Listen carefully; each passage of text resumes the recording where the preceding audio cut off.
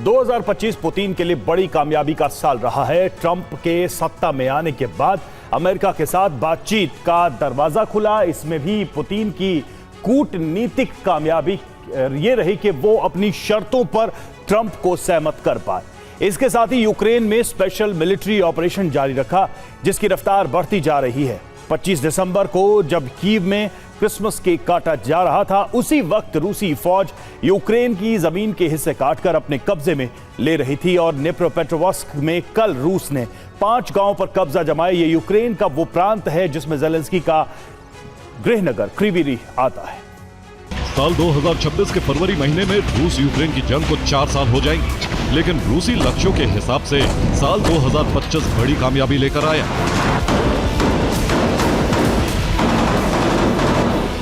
क्योंकि इस साल रूस ने जितनी जमीन पर कब्जा किया है उतना कभी नहीं किया। दिसंबर 2023 तक रूस ने यूक्रेन की 1,09,000 वर्ग किलोमीटर जमीन पर कब्जा किया, जो कुल यूक्रेन का 18% होता है। दिसंबर 2024 में यह बढ़कर 1,12,865 वर्ग किलोमीटर हो गया, जो कुल यूक्रेन का 19% होता है। यानी दिसंबर 2023 से दिसंबर 2024 तक रूस ने 3,865 वर्ग किलोमीटर जमीन जीती। लेकिन 2025 में यह आंकड़ा 1,12,865 वर्ग किलोमीटर से बढ़कर 1,22,243 वर्ग किलोमीटर पहुंच गया।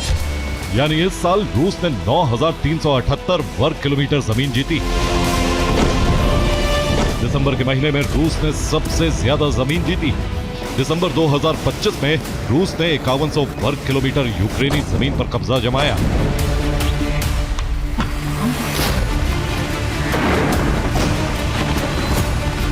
रणनीति के लिहाज से यह पुतिन के लिए बहुत कामयाब साल रहा और कूटनीति के लिहाज से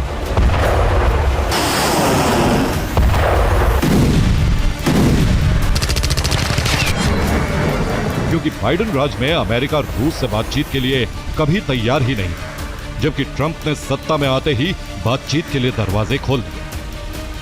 अलास्का में दोनों नेताओं की बातचीत हुई। दोनों देशों के वार्ताकार 20 दिसंबर को ही मियामी में बैठक कर चुके हैं।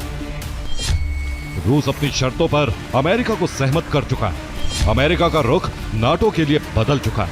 अमेरिका ने नाटो को नॉट ए ट्रस्टेड ऑर्गेनाइजेशन कहा है। अमेरिका नाटो से बाहर होना चाहता है।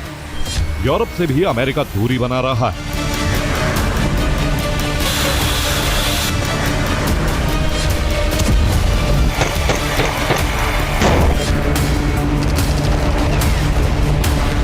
इस लिहाज से पुतिन कूटनीति और रणनीति दोनों के मोर्चे पर बहुत कामयाब रहे, जबकि इसी हफ्ते में रणनीति के मोर्चे पर रूस ने यूक्रेन पर बड़ी जीत हासिल की।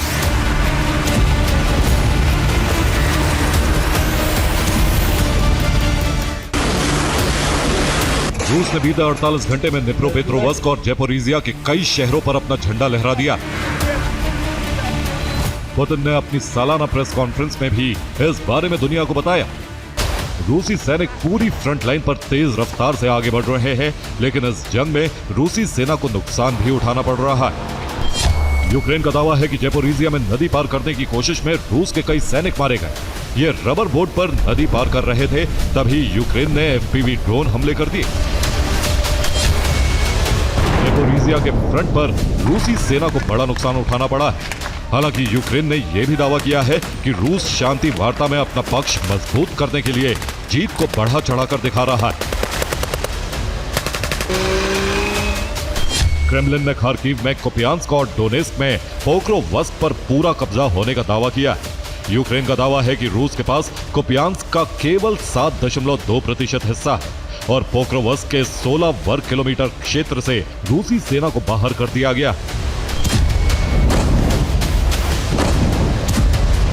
18 दिसंबर को रूसी commander in chief Valery Gerasimov ने दावा किया था कि रूस ने इस साल यूक्रेन के 6,300 वर्ग किलोमीटर क्षेत्र पर कब्जा कर लिया। लेकिन अमेरिका के ISW यानी institute for studies of war की रिपोर्ट है कि रूस ने 300 बस्तियों के बजाय 196 बस्तियों पर कब्जा किया। कुल 4,984 वर्ग किलोमीटर क्षेत्र पर कब्जा किया। यूक्रेन ने यह भी दावा किया है कि निप्रोपेट्रोवस्क के फ्रंट पर कई जगह से रूसी सेना को पीछे धकेला। यूक्रेन और रूस के अपने अपने दावे, लेकिन वॉर फ्रंट से आने वाली तस्वीरें ये बता रही हैं कि इस साल अमेरिकी मदद घटने के बाद यूक्रेन को बीते वर्षों के मुकाबले ज्यादा जमीन गंवानी पड़ी। ब्यूरो रिपोर्ट, TV9 भारत का।